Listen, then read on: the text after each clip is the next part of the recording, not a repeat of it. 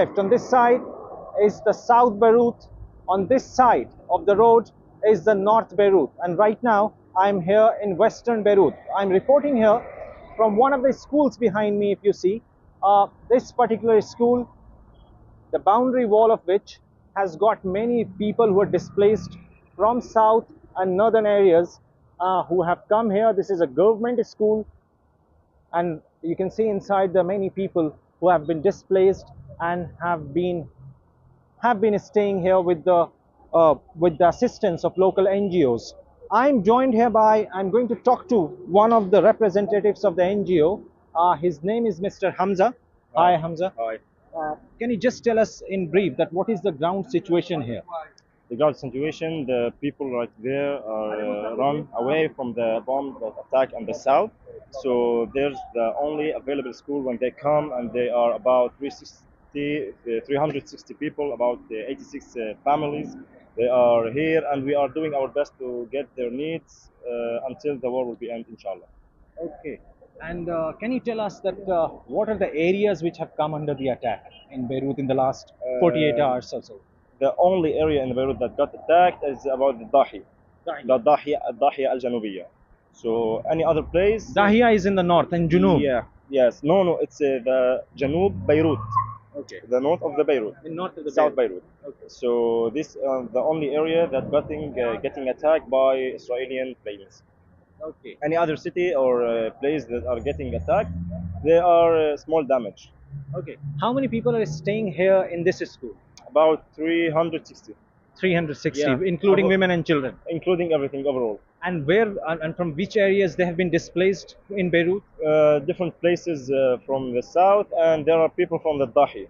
From Dahiya. Yeah. So north is not under the attack. The north of the Beirut is also under attack or no? No. There are only there's one place in Beirut that getting attacked. It's Dahi. And the south area. Yeah, exactly. Okay. There are reports that the border areas between Syria and Lebanon has also been attacked, the connecting area. Yes, there's now no way to get to Syria. The only road that's been bombed also by Israelis. So people are trying to get to Syria, to Jordan, any place they can go run away from the bomb. Okay, and can you tell us that what is the kind of situation, what is the role of Hezbollah here? Like it is in the reports, what is their report right now? What is their condition right now? I cannot Okay. talk about Hezbollah. I don't know anything. All my job here is to take care of the people and see what they need. This is a government school.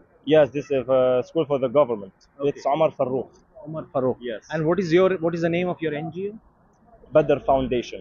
Badr Foundation. Yes. So how many people Badr Foundation has been helping in the last 1 week or so since the attack has happened? We are helping people since the first day of bomb.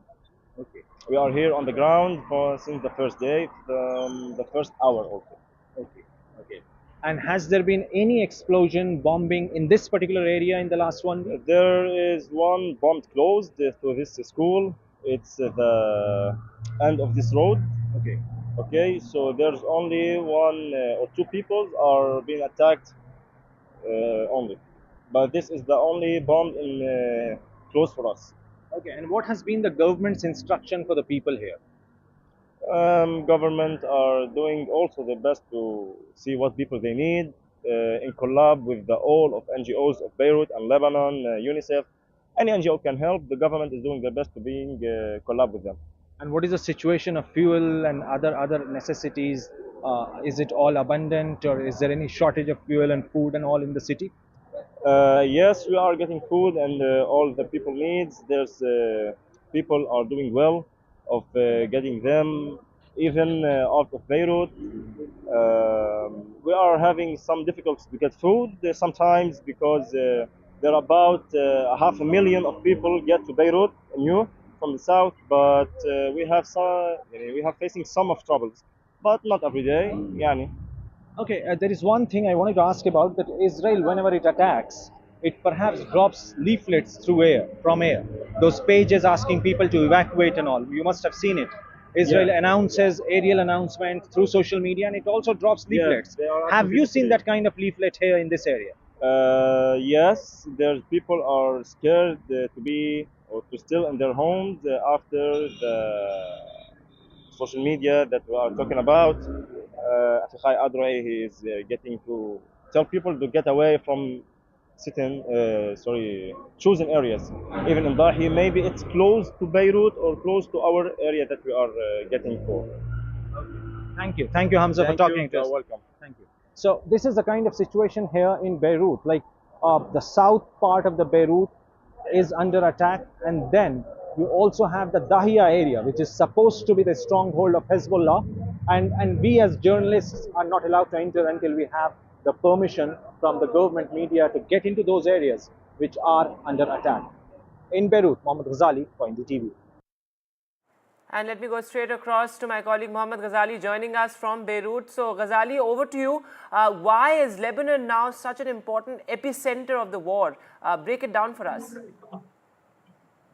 See, we all know that how Hezbollah, which is treated like a terrorist organization, is regarded as terrorist organization by the West, is very entrenched in the society, in the polity of Lebanon. They are members of parliament. Recently we spoke to the Lebanese ambassador to India, who said that perhaps Hezbollah is not treated as a terrorist organization, but it's part of society. Lebanon is Hezbollah and Hezbollah is Lebanon, is what he said. And he said that they are freedom fighters. They are perhaps saving Lebanon from further occupation by Israel. So in that sense, we all know that what kind of influence Hezbollah has in Lebanon. But besides that, why Lebanon has become an epicenter of this war? Because since October 7, when Hamas entered into Israel and attacked and killed people and then took hundreds of hostages from there, it was Hezbollah which followed up with rocket attacks from 8th October. This is what Israel says, and we all saw that on video.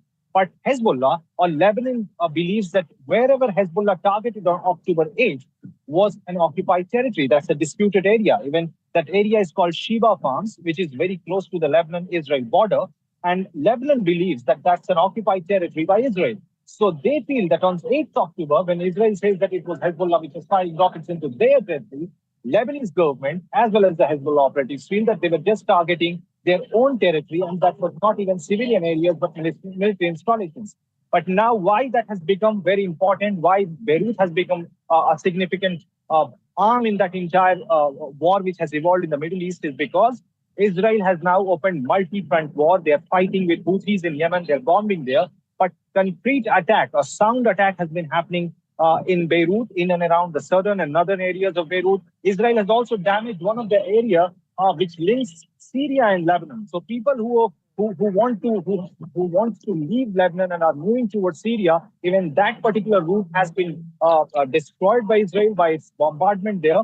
And right now, within the city, a feel I could sense over here is that the civil organizations, the civil society organizations, in collaboration with the government, are managing a lot of shelter homes in government schools where people who are displaced from different parts of Beirut have gathered. Right. But there is uncertainty that when and which region will come under attack from Israel, led by Mr. Netanyahu. New recent reports that perhaps on October 7, that is tomorrow, when it will mark 1 year to Hamas attack, perhaps Israel can also launch offensive against Iran, as well as a major attack into Lebanon as well. Absolutely, Ghazali. And very quickly, you're reporting from the war zone on the eve of the anniversary of the Gaza war. What is expected tomorrow? Break it down for us. You, of course, said that Lebanon could be bombed and struck again by Israel. But where does the war stand 1 year later?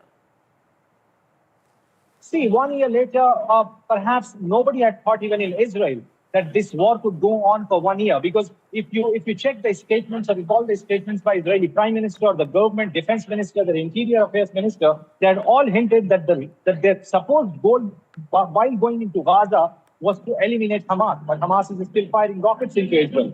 The same goes with Hezbollah, when Israeli Prime Minister said that our role is to eliminate all the threats which are hostile to us, which are hostile to our citizens, and we want to send our citizens back to the northern border, which they have evacuated, which they had left due to the rockets fired from Hezbollah. But even Hezbollah is fighting in a ground combat with Israeli army. So in a sense, all those goals which were shared by Israeli government to launch, before launching this offensive on multiple fronts, they have failed to achieve it. And still, Hezbollah and Hamas are strong enough to pose that threat to Israel.